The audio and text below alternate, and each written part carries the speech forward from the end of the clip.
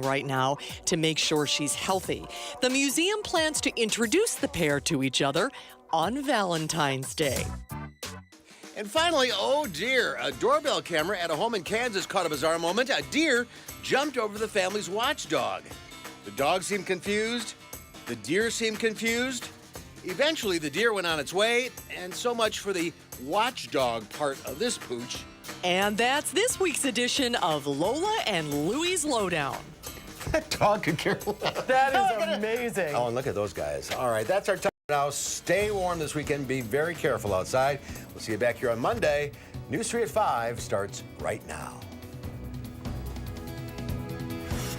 And right now at 5, the frigid temperatures continue to sweep across southern Wisconsin. We'll tell you where you can go to stay warm. President Trump says he'll sign legislation that will reopen the government. Find out what that bill includes. And the government shutdown hit travelers today as flights at several major airports were halted because of staffing issues. This is News 3 at 5. And thanks for staying with me. The frigid temperatures are here, and they are not going away anytime soon. No, it's a potentially serious situation, so let's get a first check on the weather now with Gary on the weather patio. Gary? Well, you know, every time we turn around and look at the forecast, we keep dropping the temperatures for next week and bringing the snow totals up on Monday. So we got a lot to talk about. We have alert days in the forecast from Monday for a potential major winter storm of 5 to 10 inches of snow with some blowing and drifting snow as well. That'll cover much of southern Wisconsin. And then for Tuesday, Wednesday, and Thursday, take a look at those wind chills down to 55 below zero. Low temperatures 20 to 25 below zero. We haven't been this cold really since, you got to go back to the early portion of February back in 1996. High temperatures on those days will stay below zero with wind chills during the day as cold as 25 below zero, so you don't even get any respite during the day. Now, on Doppler track, a weather system brought a couple of inches of snow to our south, but just a few flurries here. That is moving away from us, so things will cool down pretty quickly again tonight as skies clear out. In fact, if we take a look at low temperatures this morning here in Madison, we dropped to 10 below zero. To our west, many locations 15 to 20 below zero. High temperatures today right around zero, and these temperatures are already starting to drop. We're at zero here in Madison, already below zero to our north and west. Those winds not as brisk as they were yesterday and overnight, but still any kind of a wind with these temperatures will drop wind chills pretty quickly into the teens and 20s below zero overnight.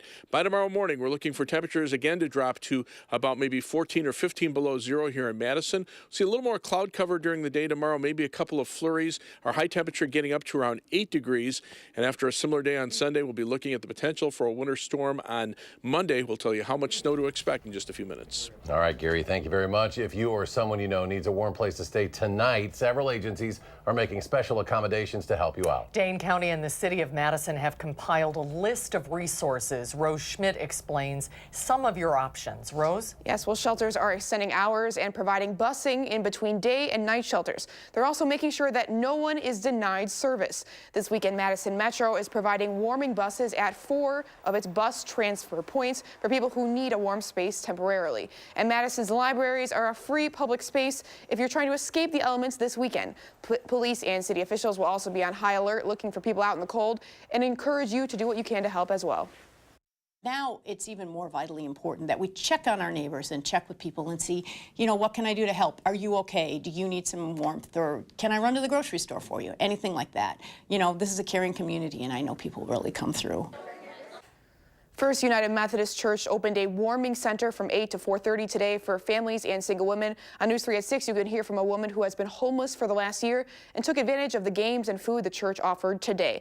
Porchlight and the Beacon are also adding extra hours to minimize the time out in the cold.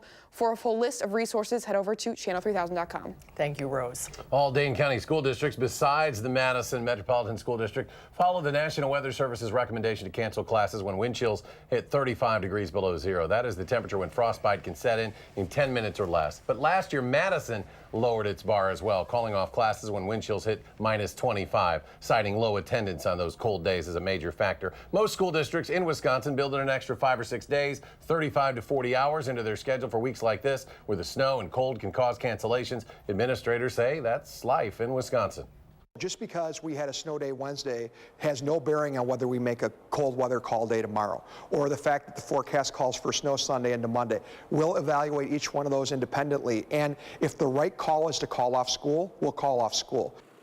Now, snow on Sunday nights could be a little more challenging for those districts. For snow days, there are no clear-cut guidelines, with administrators looking at how much will fall, how safe the roads are to drive on, and whether sidewalks are cleared in time. And it's not just people that we have to be worried about during this extreme cold. Now, our pets run the risk of frostbite and hypothermia as well. Our Madeline O'Neill has what you need to know to keep your furry friends safe. Madeline?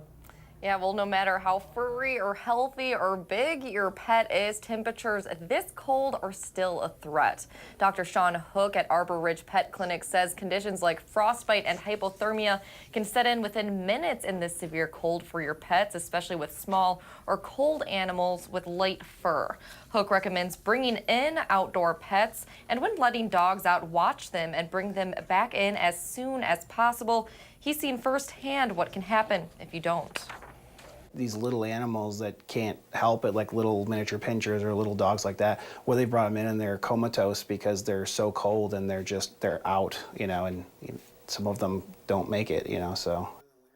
Hook says shivering and discolored paws are signs your pet is too cold. If you suspect hypothermia, bring them to an emergency vet clinic immediately. And Hook says jackets and dog boots are a good idea, but make sure the boots don't absorb water, and a lot of dogs resist wearing boots, so it's best to get them used to them at a younger age. Well, really got to think of our pets in this cold weather. Maddie O'Neill in the News Center. Maddie, thank you. Thank you, Maddie. And be sure to stay informed about the weather 24/7 by downloading our Channel 3000 First Alert Weather and Traffic app. It is always free. You can find it right now in your app store. The Senate has unanimously passed a hard-fought measure to reopen the government, some agencies, for 3 weeks, ending a 5-week partial shutdown sparked by President Trump's demands for immediate money to build his long-sought border wall. President Trump endorsed a short-term plan to reopen the government through February 15th.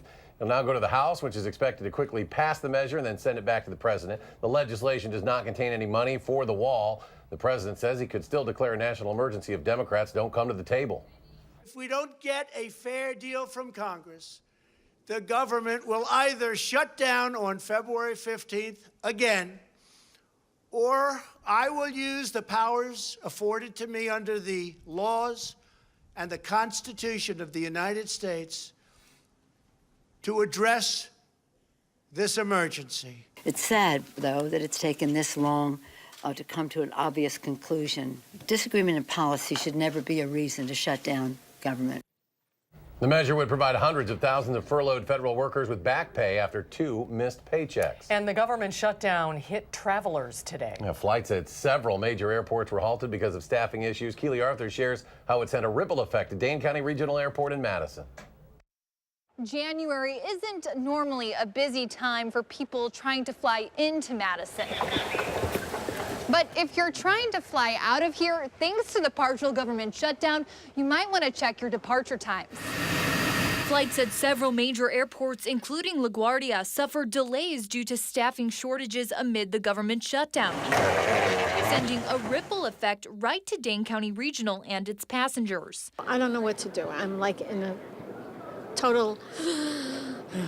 A delayed flight into LaGuardia striking a bad chord with Marcia Vlasic, an agent for Neil Young who was in town playing at Overture last night. It was great. He was happy. A beautiful theater. I started in Milwaukee, and I flew from New York to Milwaukee, and then I was on the tour bus from Milwaukee to Madison, and now I'm at the lovely Madison Airport trying to get home. Vlasic says this is the first time she's feeling the shutdown, but frustrations extend far beyond her flight.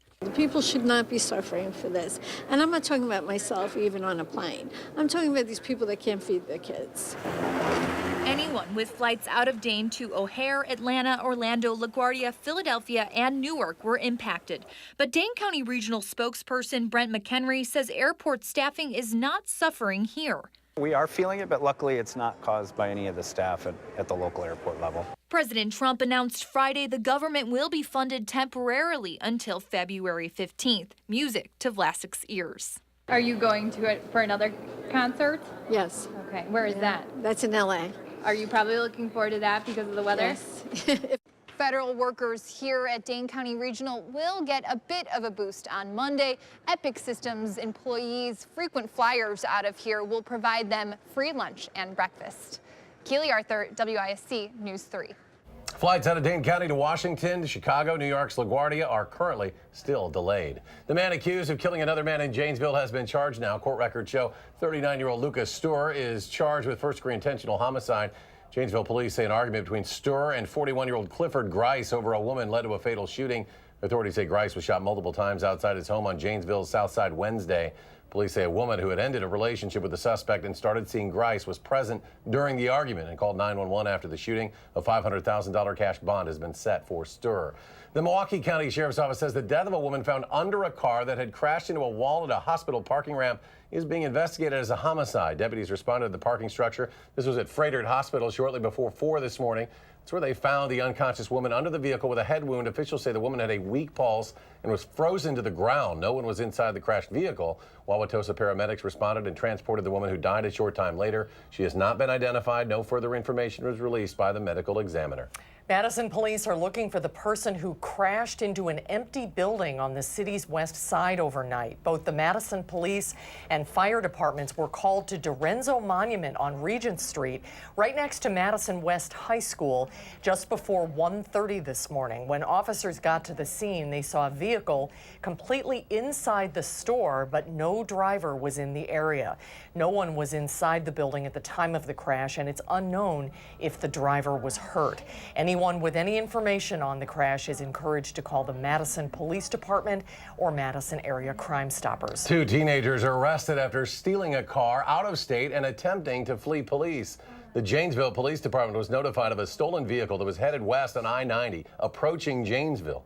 Officers tried to get the vehicle to pull over just before the Highway 51 exit at Stoughton. That's when the vehicle sped onto the off-ramp, lost control, and became stuck in a snowbank. 19-year-old Bishop Gunn and 17-year-old Philip Alexander were arrested. Investigators say that vehicle was stolen at gunpoint by 2 people wearing masks. Both men are facing multiple charges in Rock County. The Chicago Police Department is in the process of charging the suspects. There's more to come tonight on News 3 at 5. When we come back, the Wisconsin Chamber Orchestra kicks off its Masterworks series tonight with a very special soloist. And on Wall Street, the Dow soars 184 points. The Nasdaq jumps 91. S&P 500 adds 22.5. We'll be back after a short break.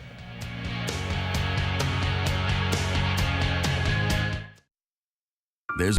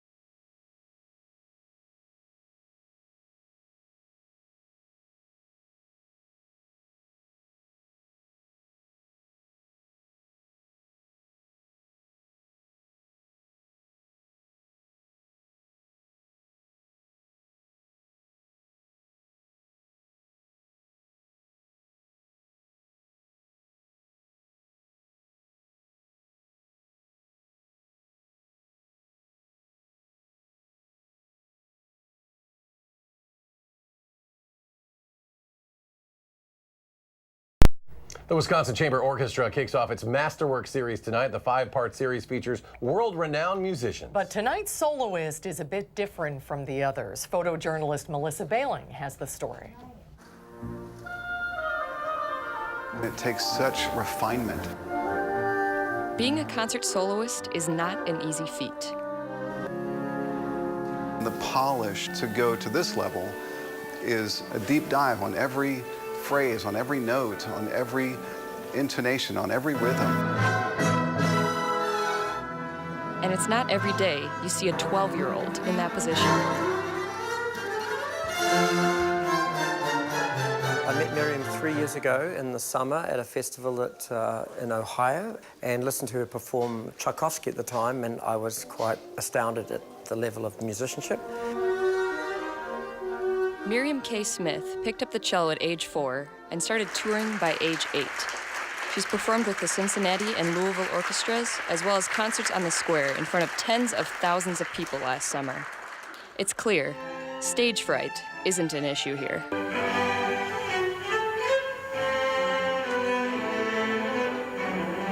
I feel ready, I feel excited,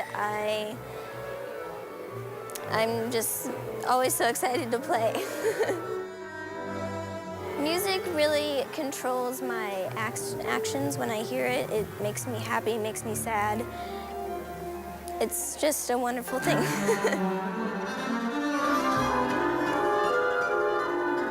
After 3 to 4 hours of practice every day, And at some point, the music is mastered, so you can forget about the notes and just express and engage. And that's probably one of the rare things about her, is that she's able to have that emotional maturity to even do that, to connect with audiences like that. and if you're impressed by that, check out her other extracurriculars. I do ballet on the side, and I also do martial arts.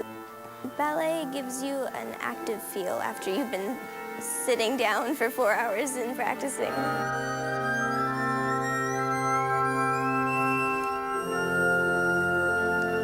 And martial arts? It gives a toughness in my playing. People are going to be absolutely amazed at the level of musicianship from one so young. So I would safely say she is a child prodigy.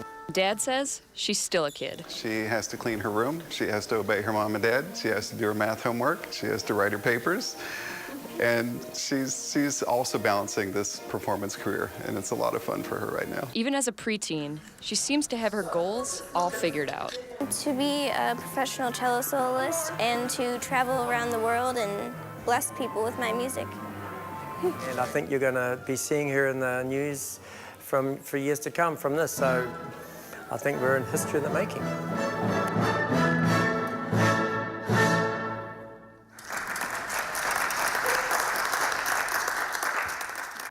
That is extraordinary. There are a limited number of tickets left online at tickets.overture.org. And the Chamber Orchestra is also doing something very nice, inviting all federal workers on furlough to see the concert for free. Well, we might need some slow cello music to set us up for this forecast, because it's not real exciting when we talk about these. Maybe your violin that you always talk about. You know, something, because this is downright frightening how cold it's going to get, Gary. Yeah, the middle of next week, you know, it's just scary to keep looking at the computer numbers and watching them drop every day. And, I mean, that just puts things in perspective. First, we have to get past the bitterly cold weekend, followed by a winter storm on Monday that brings the potential of 5 to 10 inches of snow through much of southern Wisconsin, with some blowing and drifting snow with the brisk winds. And then those brisk winds continue for Tuesday, Wednesday, and Thursday, but as skies clear out and temperatures nosedive to as cold as 20 to 25 below zero in the morning, you factor those two together, you come up with wind chills down to 50 to 55 below zero. Again, you've got to go back to early February of 1996 before the last time that you saw a prolonged period of several days of this type of weather. And high temperatures during that period will stay below zero, with wind chills during the day from minus 15 to minus 25. I mean, I could have put alert days in the forecast beginning today and going all the way through perhaps Saturday of next weekend, but we've narrowed it down to at least those 4 days for the worst of the weather. Some snow passed to the south of us today. Skies are clearing out here. We just got a few flurries, but they had an inch or two in parts of Iowa and Illinois, and now it's another bitterly cold night on the way. Current temperatures are in the single digits, above and below zero statewide already, but those winds right now out of the generally out of the northwest, but they're pretty light, about 5 to 10 miles per hour, still enough to drop wind chills in spots down to about 20 below zero. And as temperatures drop to around 15 below zero by morning, we'll be looking at wind chills perhaps down to 25 below zero in spots. But future track wind chills tells the story. You can see over the next few days, wind chills staying below zero tomorrow. Wind chills again on during the day tomorrow. Tomorrow night, those wind chills down to below zero, and then Sunday they might come back up above zero. Then we have the snow potential. Here's the U.S. GFS computer model. Almost exactly the same like we showed you yesterday, with a swath of snow targeting southern Wisconsin with about 10 inches or more of snow. The European computer model further to the south yesterday, remember it was down across Iowa and Illinois. Look where it is now, closer to the state line and just south of Madison. So between those two, we're coming up with a swath of about 5 to 10 inches of snow from southern Minnesota, northern Iowa through much of southern Wisconsin, and then that band kind of flares out because of lake effect snow potential near Lake Michigan, especially in the Milwaukee, Racine, and Kenosha areas for a little while, and then heavy lake effect snows in northwestern Indiana and into Michigan. And then look at the wind chills as we go beyond the snow. This is starting on Tuesday morning. Wind chills already down to about 25 below zero. During the day and night, those wind chills drop down to about 50 below zero. And then during the day on Wednesday, they stay about 25 below zero, about 40 below zero for wind chills on Thursday morning, even into Friday. Those wind chills staying below zero in the morning and then starting to improve later in the afternoon. Live view from the Edgewater Skycam in downtown Madison. Looks pretty out there, but it is cold. Not much of a breeze, which is fortunate right now. High today, 1 above zero. The low temperature this morning, 10 below, and right now we're at 0. Just a westerly wind at 3 miles per hour, so no wind chill right now here in Madison. 14 below zero, the expected overnight low temperature. Again, the wind's not quite as brisk, so the wind chills in the 15 to 25 below zero range. Tomorrow's high at 8. Could see a few flurries and wind chills staying below zero through the day. Future track, you can see those skies clearing out overnight. Those temperatures dropping to about 14 or 15 below zero. Tomorrow, look for high temperatures in the single digits above zero. Then tomorrow night, we drop back below zero. And then on Sunday, those temperatures get up into the single digits above zero. And then the snow starts to arrive perhaps late in the day on Sunday into Sunday night. And that's where the really cold weather starts right after that. We got those alert days in the forecast. And look at the nighttime low temperatures, 20 to 25 below zero. And those wind chills as cold as 50 to 55 below zero. First alert traffic today. Slowdowns on the eastbound Beltline. Looks like traffic's starting to pick up a little bit from the DOT camera at Park Street, but right now slow traffic from about Monona Drive back to around Verona Road. So if you're traveling eastbound on the Beltline, about a 38-minute trip, 15 minutes back in the westbound direction with very few delays there. Heading out of Madison, 27 minutes down to Janesville on I-3990, 17 minutes to Sauk City on US 12, and 19 minutes out to Sun Prairie on East Washington Avenue and US 151. That's your first alert traffic. All right, thanks, Gary. Children spending big money on Facebook game apps without their parents' permission. What new legal documents reveal about what Facebook knew about it?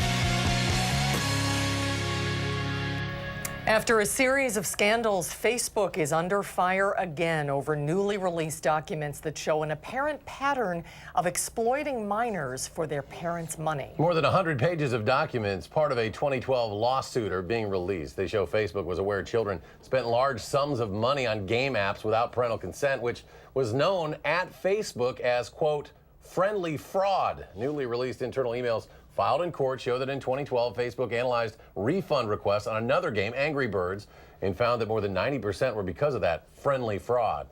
Did they know this was catching up kids in a net here? There's no way that they didn't know that these transactions were originating from Facebook accounts that were assigned to minors.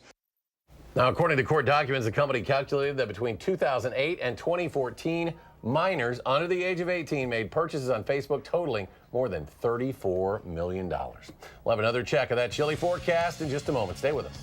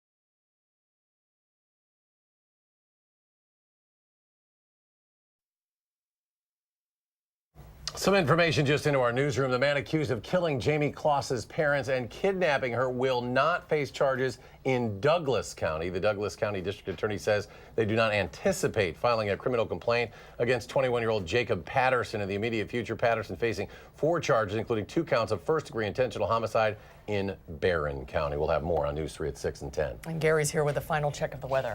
Boy, it is cold out there, and it's going to get a lot colder, and we have a winter storm in between to look at. Right now, the flurries we had earlier this afternoon clearing on out. Here are current temperatures. They're very cold, but at least the winds aren't too bad, so all those temperatures are just above and below zero. The wind chills not bitterly cold. But this is the snow that's on the way for Monday into Monday night, about 5 to 10 inches through much of southern Wisconsin. And then take a look at these are the actual wind chills forecast for like Wednesday morning, near 50 below zero, and Thursday morning down to about 40 to 50 below zero as well. That is just dangerously cold. After that, hopefully a little bit of improvement for the following weekend, but we're facing a really brutal stretch of weather for next week. All right, Gary, thank you. We'll have more on News 3 at 6 in 30 minutes. Stay tuned for the CBS Evening News.